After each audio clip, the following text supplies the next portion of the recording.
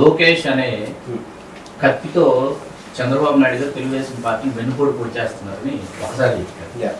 ఈ మధ్య మీరు అసలు సిపిఎం కోవర్తే జనసేనలో పవన్ కళ్యాణ్ అని ఇంకొక మాట ప్రకటించారు. ఏంటి రెండు అంటే కానీ ఆ రెండు కరెక్టే కదా. ఇప్పుడు ఆ పర్టిక్యులర్ టైంలో టీడీపీ పార్టీ వాళ్ళే లోకేష్ అనే వాళ్ళు ఎలా ఏం చేస్తున్నారు అందరు పుసుకొస్తున్నారు, అందరికీ తెలిసిందే. సీనియర్ లీడర్లు అచ్చెన్నాయుడు లాంటి వాళ్ళు దాన్ని దొరికారు కూడా, ఇది స్పై క్యామెరాలు వాటిలో లోకేష్ గురించి వాళ్ళు ఏమనుకుంటున్నారు అని నేను అదే ఎగ్జాక్ట్లీ చెప్పాను. కాకపోతే తండ్రి ప్రేమతోటి అది కాదనలేక అప్పుడు ఏమవుతుంది, Lokesh will become one of the weapons for the death of TDP party అని నా అభిప్రాయం చెప్పాను. ఇప్పుడు ఇక్కడ పొద్దున్న లెగిస్తే ఇంతవరకు ప్రపంచ చరిత్రలో లేకుండా ఒక పార్టీకి సంబంధించిన మనిషి కాన్స్టెంట్గా ఇంకో పార్టీ గురించి మాట్లాడతాం అనేది నేను ఎప్పుడు చూడలేదు. నాకు తెలిసి ప్రపంచంలో ఎక్కడ జరుగుండదు ఇంతవరకు. సో ఎక్కడ ఇప్పుడు టీడీపీని నన్ను అన్నా పర్లేదు, టీడీపీని అనొద్దు అంటే అప్పుడు అలాంటి పరిస్థితిలో 10 ఏళ్ళు పోతున్నారు. అప్పుడు మీకు శుభ్రంగా హ్యాపీగా ఎండోర్స్మెంట్ చేసినట్టు ఎవరు అమితాబ్ బచ్చన్ ఉన్నారు, లేకపోతే పెద్ద స్టార్ ఉన్నారు, వాళ్ళు ఏదో సోపు ఏదో ఎండోర్స్ చేసి సినిమా స్టార్స్ వచ్చి చెప్తారు కదా, అలాంటిది ఇచ్చేసి మీకు కావాల్సింది తీసుకుని మీ సినిమా తీసుకోవచ్చు కదా. పార్టీ ఎందుకు అసలు? That's most ridiculous thing I heard.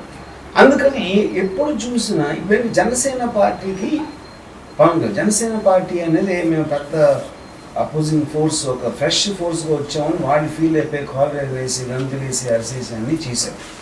ఇప్పుడు పవన్ కళ్యాణ్ అక్కడ పొద్దు చేయాలి, వాళ్ళతో 10 ఏళ్ళు మనం ఉంటాం అంటే ఆబ్వియస్లీ ఇప్పుడు డివైడ్ ఉంటుంది. చాలామందికి అది నచ్చదు. అది కాస్ట్ ఆస్పెక్ట్ అవ్వచ్చు, వాళ్ళకున్న పర్సనల్ ప్రైడ్ ఆస్పెక్ట్ అవ్వచ్చు, లేకపోతే పవన్ కళ్యాణ్ ఎంతవరకు వాళ్ళు ఏమేమి బిలీవ్ చేశాడో చెప్పచ్చు. అప్పుడు వాళ్ళని సంప్రదాయించి వాళ్ళ ఓట్లు వాడటానికి ఎవరు జనసేనకు సంబంధించి కానీ ఆ కాస్ట్ కానీ ఇది కానీ వాడటానికి చంద్రబాబు నాయుడు పోయిన ఒకే ఒక ఆయుధం ఎవరు? పవన్ కళ్యాణ్. అందుకనే పవన్ కళ్యాణ్ కోర్టు అని చెప్పారు. అంటే జనసేనలో టీడీపీ కోసం పనిచేస్తున్న మనిషి పవన్ కళ్యాణ్. జనసేనలో టీడీపీ కోసం పనిచేస్తున్న మనిషి, అధినాయకుడే, ఆ పార్టీ అధ్యక్షుడే.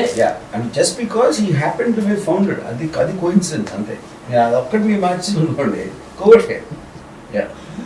రక్త చరిత్ర కావచ్చు, వంగవీటి కావచ్చు, వ్యూహం కావచ్చు. రక్త చరిత్ర వంగవీటి చేసే నాటికి ఆ వ్యక్తులు లేరు, వాళ్ళు మరణించున్నారు. వ్యూహం చేసేటప్పటికి అందరూ నేను అదే చెప్పాను. ఇప్పుడు మీరు ఎక్కడ 2004లో పట్టాల మర్డర్ జరిగింది, నేను ఎప్పుడు తీసాను? 2011లో తీసాను. 8-9 years అయ్యాక. ఆ టైంలో అసలు రిలవెన్సే లేదు ఆ పర్టికులర్ క్యారెక్టర్స్. ఇది ఇప్పుడు ఇవాళ పొద్దున్న లేచిన నుంచి ఉంది రిలవెన్స్. అది సార్, మీకు జన్మనిచ్చింది ఒక స్త్రీ, మీ జీవితంలోకి ప్రవేశించింది ఒక స్త్రీ, మీరు ఒక స్త్రీకి జన్మనిచ్చారు. అంటే మీ జీవితంలో స్త్రీ లేకుండా గమనం లేదు. కానీ స్త్రీలను మీరు ఎందుకు సౌందర్య ఆరాధకుడిగానే వాళ్ళని ఎందుకు చూస్తారు? ఇది చాలా మంది తోలుస్తున్నారు. ఫస్ట్ ఆఫ్ ఆల్ నాకు ఈ కాంటెక్స్ట్ ఇప్పుడు పొట్టడం అనేది ఎవరో కూడా మిమ్మల్ని పొట్టించాలని ఎవరో పొట్టరు. వాళ్ళు చేసిన యాక్ట్కి ఒక న్యాచురల్ ఫంక్షన్ కింద పుడతారు. అది కూడా సేమ్ థింగ్ నేను ఎవరినైనా పుట్టించాను. దట్ ఈస్ అ బర్త్ అంటే ప్రొక్రియేషన్ ఆస్పెక్ట్లో పోయింది. అదే దేవుడు ఏదైతే బయాలజికల్ దేవుడా నేచర్ ఏదన్నా వాడు కూడా మనకి మగవాడికి అమ్మాయిని చూస్తే అట్రాక్ట్ అయ్యే గుణం కూడా వాడే ఇచ్చాడు. సో అది ఒక రివార్డ్ సిస్టమ్ అనేది, ప్లెజర్ సిస్టమ్ అనేది ఒకటి ఉంటుంది. ఇంకోటి ఏమో న్యాచురల్ కొంచెం అంటే నేను పిల్లల కోసం చేశారా లేకపోతే పిల్లల బై ప్రోడక్ట్గా వచ్చారా అనేది అది ఆ పర్సన్ బట్టి ఉంటుంది. So I feel women are one of the most beautiful. Women లేకపోతే నాకు పర్పస్ ఆఫ్ ఎగ్జిస్టెన్స్ అన్న కూడా అంటే పేదలకు సేవ చేయడానికి పుట్టావా లేకపోతే ఏం చేసుకున్నాం అసలు ఏం చేసినా కూడా నేను దాని పర్పస్ లేదు. హైయెస్ట్ ప్లెజర్ వచ్చేది అక్కడి నుంచి. అంటే నేను బాగా చెప్తాను అంతే. సార్, తిరిగి వ్యూహానికి వస్తే వ్యూహం మధ్యలో ఇదే క్వశ్చన్ సడన్ గా మీరు మేము తీసుకెళ్దాం అనిపించింది. ఓకే, మీ ఫేవరెట్ టాపిక్ కదా, ఎందుకంటే తీసుకెళ్దాం. ఓకే, మళ్ళీ వ్యూహానికి వస్తే వ్యూహం రూపొందించాలన్న ఆలోచన ఎవరిది? మీరా, ఆ పార్టీ పెద్దలదా? అబ్సల్యూట్లీ నాది, మీరే. నేను ఇప్పుడు దీని గురించి గుర్తుంటే నేను మన first interview second first interview కాదు, నేను టాకింగ్ 7-8 years కొంచెం మాట్లాడినాను. ఆ టైంలో కుర్చీ అని ఒకటి చేద్దాం, అది కూడా నేను అప్పుడే చెప్పాను. YSR death for me is the main trigger point. ఆ సిచ్యువేషన్ సర్కమ్స్టాన్సెస్. సరే, శపథం ఆ శపథంలో ఏం చెప్పబోతుంది? ఇప్పుడు చెప్పాను కదా, శపథం అనేది సేవింగ్ ఇన్ సెరమనీ నుంచి December 2022 వరకు 23 అని ఏమేమి జరిగినా అన్నీ ఉంటాయి చెప్దాం. అందుకే నేను Shapatham is the first of its kind where it is following the current events. అలాంటి ఫిల్మ్ ఎప్పుడు రాలేదు. మీ మొదటి సినిమా విడుదలైన తర్వాత నుంచి మాట్లాడుకుంటూనే ఉన్నాం. అంటే మొదటి సినిమా అంటే ఆ సినిమా విడుదలైన తర్వాత మీరు ప్రపంచానికి పరిచయం శివ తర్వాత.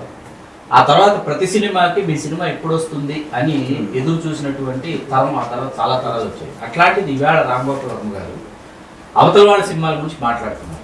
యానిమల్ గురించి ఇటీవల మేము చేసినటువంటి చర్చ కావచ్చు, మీరు చేసినటువంటి ట్వీట్స్ కావచ్చు, ఎందుకు ఇతరుల సినిమాల గురించి మీరు అంతగా ఫిల్మ్ అంత బేసిక్గా అంత ఎక్స్ట్రాడినరీలీ ఎఫెక్టివ్ ఫిల్మ్. అండ్ ఇది కాకుండా దీని గురించి నేను కాశ్మీర్ ఫైల్స్ గురించి మాట్లాడాను, దానికి ముందు బాహుబలి గురించి కూడా మాట్లాడాను. సో బేసిక్గా నేను ఫిల్మ్ మేకరే కాకుండా ఫిల్మ్ ఆడియన్స్ వాడిని. ఇప్పుడు ఎవరో తీసిన సినిమా నేను చూసినప్పుడు దాంట్లో ఉన్న గ్రేట్నెస్ నాకు చెప్పాలనిపిస్తే నేను చెప్తాను. అంతే, అందుకనే సోషల్ కామెంట్. మీరు పవన్ కళ్యాణ్ గారి గురించి పవర్ స్టార్ ఒక సినిమా పూర్తి స్థాయిలో తీసి మీరే ఆయన గతకోవ చేసి మళ్ళీ పదే ఆయన పాత్ర వస్తుంది. ఎందుకు ఇందులో కూడా పైగా ఇందులో చిరంజీవి గారిని తీసుకొచ్చారు. క్షవరం అయితే కానీ వివరం తెలియదు ఒక డైలాగ్ కూడా మీరు తీసుకురావడం జరిగింది. చిరంజీవి గారికి ఎందుకు మీకు కోపం?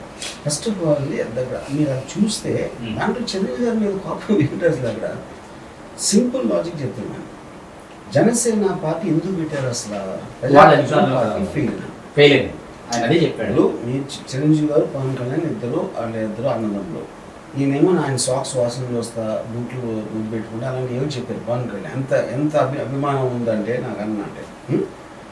అలాంటప్పుడు ఇంట్లో ఉన్నవాళ్ళు ఆయన ప్రజారాజ్యం మెగాస్టార్ పార్టీ పెడితే దాని తర్వాత అది నడిపేసి విధానమో అది ఓడిపోవటమో లేకపోతే ఈయన మాట వినలేదు, ఏదో కారణాల మూలన పవన్ కళ్యాణ్కి నచ్చలేదు, అందుకని పెట్టాడు జనసేన పార్టీ.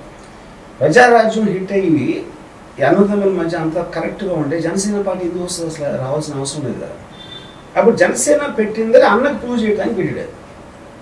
ఓకే, సో అప్పుడు ఏమన్నారు, ఇప్పుడు పెద్దలు ఉన్నారు, పెద్దలు ఎప్పుడూ కూడా దూకుడుగా వెళ్ళిపోతున్నప్పుడు తర్వాత తెలుస్తుంది చేతులు కాలేక ఇలాంటి సామెతలన్నీ అక్కడి నుంచి వచ్చినాయి కదా.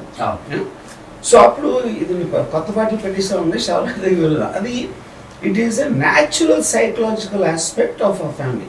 చిరంజీవి గారు ఎగ్జాక్ట్లీ ఈ వర్డ్ అని ఉంటారా లేకపోతే వేరే ఏదైనా ఉంటే వేరే విధంగా ఉండొచ్చు. అప్పుడు నేను ఒక డైరెక్టర్గా నేను స్టడీ చేసిన ఒక సైకలాజికల్ మెంటల్ స్టేట్స్ ఆ సిచ్యువేషన్లో దాని ఇంటర్ప్రిటేషన్గా ఈ డైలాగ్